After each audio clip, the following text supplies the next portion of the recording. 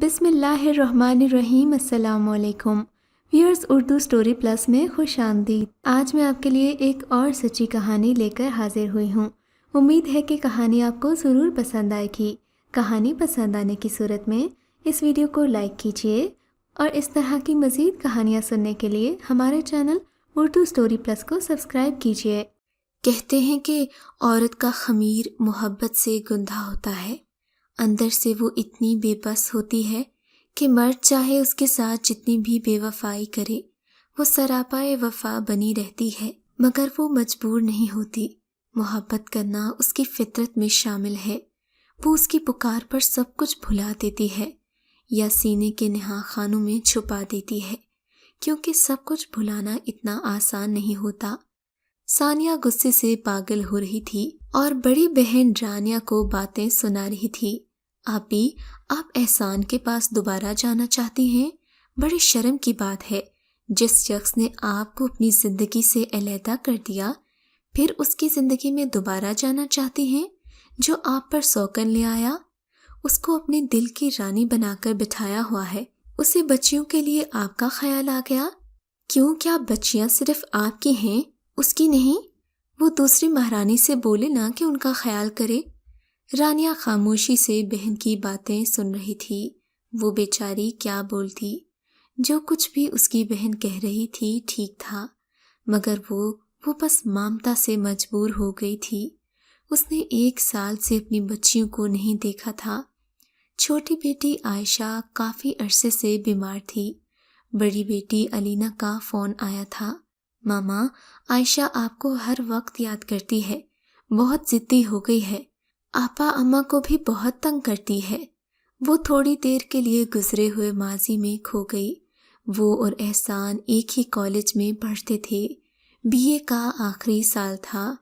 وہ سبھی سہیلیوں کے ساتھ کینٹین میں بیٹھی کافی پی رہی تھی، جب ہی چند لڑکے کینٹین میں زور زور سے کہکہے لگاتے ہوئے داخل ہوئے۔ انہوں نے بھی کافی کا آرڈر دیا۔ وہ لڑکیوں پر آوازیں کسنے لگے تو رانیہ کو غصہ آ گیا۔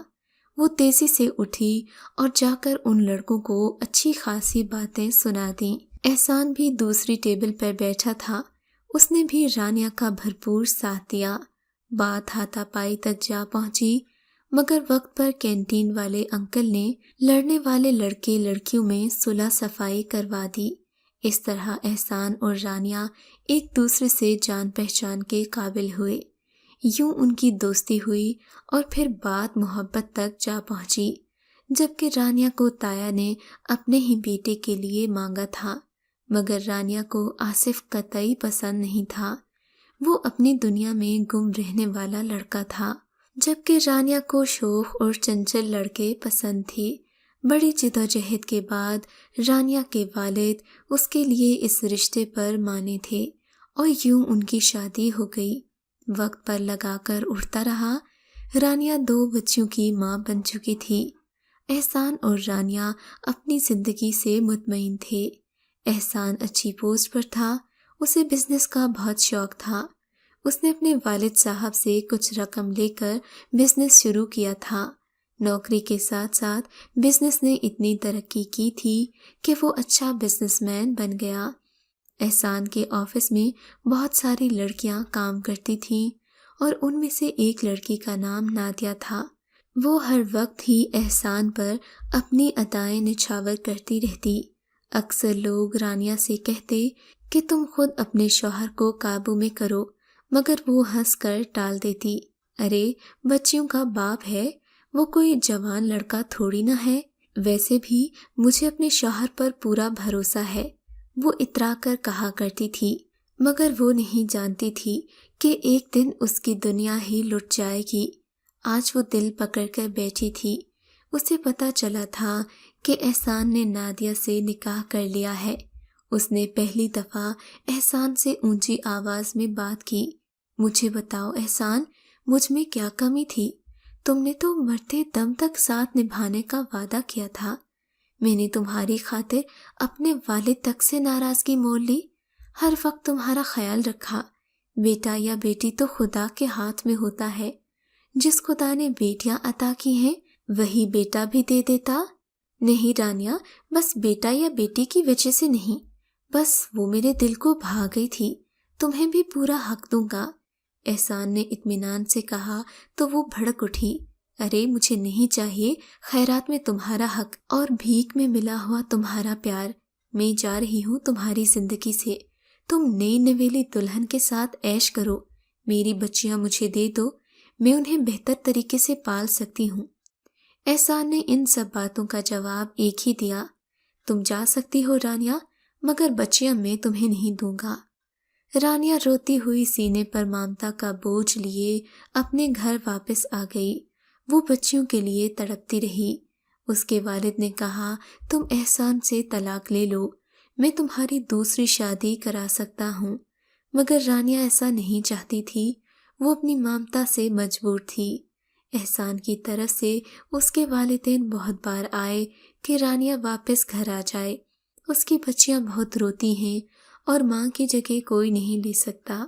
اس طرح 2 سال گزر گئے۔ نادیہ کے ہاں کوئی اولاد نہیں ہوئی۔ نادیہ چاہتی ہی نہیں تھی کہ دراصل وہ ماں بنے۔ ادھر احسان بھی اپنے کیے پر پشیماں تھا۔ پھر چھوٹی بیٹی سخت بیمار پڑ گئی، اس کے دماغ پر بخار چڑھ گیا۔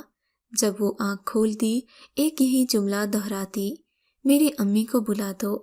آخر کار رانیہ کی ساس نے آ کر رانیہ سے کہا، بیٹا تم احسان کا منہ مت دیکھو، مگر تمہاری بچی کی زندگی خطرے میں ہے، تم کیسی ماں ہو، اپنی بیٹی کا حال تک نہیں پوچھا۔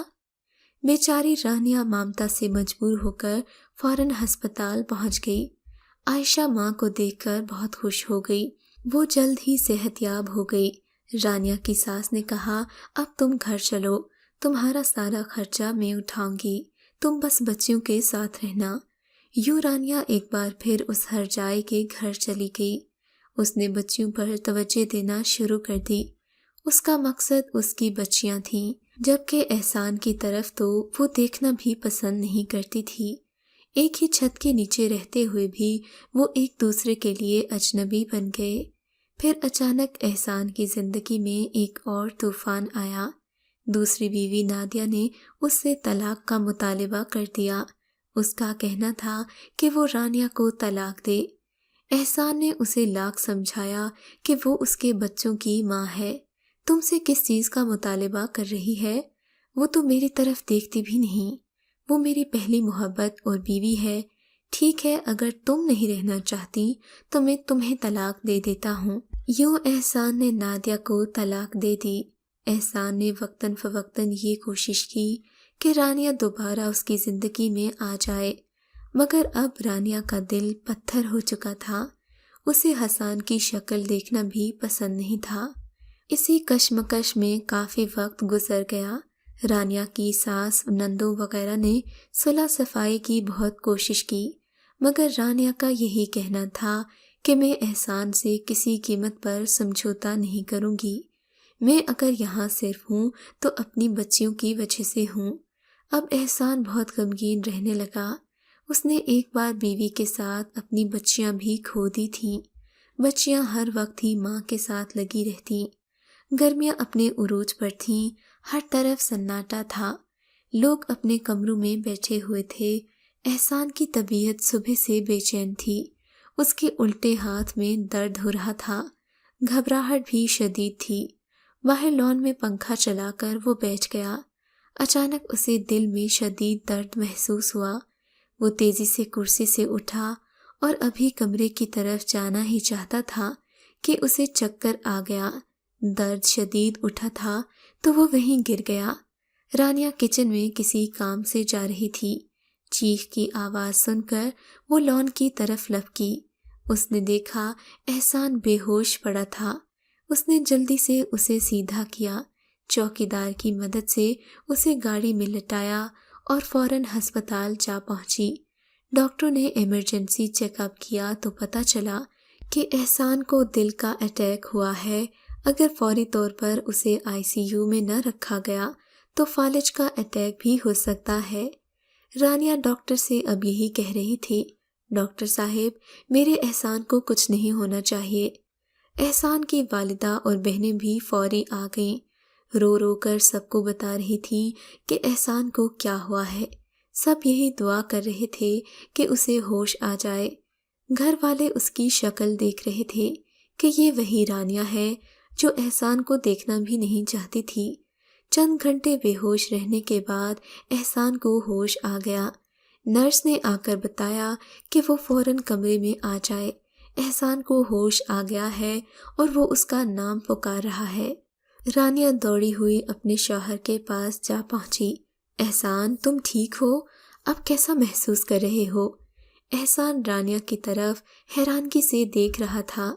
وہ ایک دم بچوں کی طرح پھوٹ پھوٹ کر رونے لگا۔ رانیہ نے اس کا ہاتھ تھام لیا۔ احسان، آپ روئے مت، میں نے آپ کو معاف کر دیا۔ یہ سن کر حسان کی آنکھوں میں آنسو آ گئے۔ رانیہ، مجھ سے وعدہ کرو، اب تم مجھ سے کبھی نہیں روٹھو گی، ورنہ میں تو یہ دنیا چھوڑ دوں گا۔ احسان نے جذباتی پن میں کہا تو بولی، ایسا مت کہو احسان، میری اور میری بچیوں کی دنیا تم سے ہے۔ تم میرے سر پر سلامت رہنا، یہی میری تمنا ہے۔ بس سمجھ لو ایک برا خواب تھا جو آیا اور گزر گیا۔ احسان دل ہی دل میں شرمندہ ہونے لگا۔ احساس ندامت اسے ستا رہا تھا۔ جس بیوی کے ساتھ اس نے بے وفائی کی تھی، آج وہ اسی کی زندگی کی خواہش کر رہی تھی۔ تم ٹھیک کہہ رہی ہو رانیہ، زندگی بھی تم سے ہی ہے۔ میں اپنی غلطی پر بہت شرمندہ ہوں۔ تم میری بیوی نہیں، ایک انمول ہیرا ہو جس کی میں پہچان نہیں کر سکا۔ گھر والے جہاں غمگین تھے وہیں خوش بھی تھے۔ وہ دوبارہ ایک ہو گئے تھے۔ احسان نے رانیہ کو کھو کر دوبارہ پا لیا تھا۔ ان کے گھر میں پھر سے بہار آ گئی۔ وہ بہت خوش تھے۔ ڈاکٹر نے رانیہ سے یہی کہا کہ یہ ایک معمولی سا جھٹکا تھا، آپ انہیں خوش رکھنے کی کوشش کیجیے گا۔ ڈاکٹر صاحب، آپ فکر نہ کیجیے، اب ان کی لگام میرے ہاتھ میں ہے۔ احسان رانیہ کی طرف دیکھ کر زور سے ہنسا۔ یوں زندگی ایک پرانی ڈگر پر آ گئی جس میں احسان اور رانیہ کے سوا قطعاً کوئی تیسرا نہیں آ سکتا تھا۔ مگر احسان آج بھی سوچتا ہے کہ اگر ڈاکٹر اس کا دوست نہ ہوتا اور دل کے اٹیک کے ناٹک کا یہ مشورہ نہ دیتا تو آج شاید وہ رانیہ کو کھو چکا ہوتا۔ اگر آپ کو یہ کہانی اچھی لگی ہے تو ہماری ویڈیو کو لائک کیجیے اور اس طرح کی مزید کہانیاں سننے کے لیے ہمارے چینل کو ضرور سبسکرائب کریں۔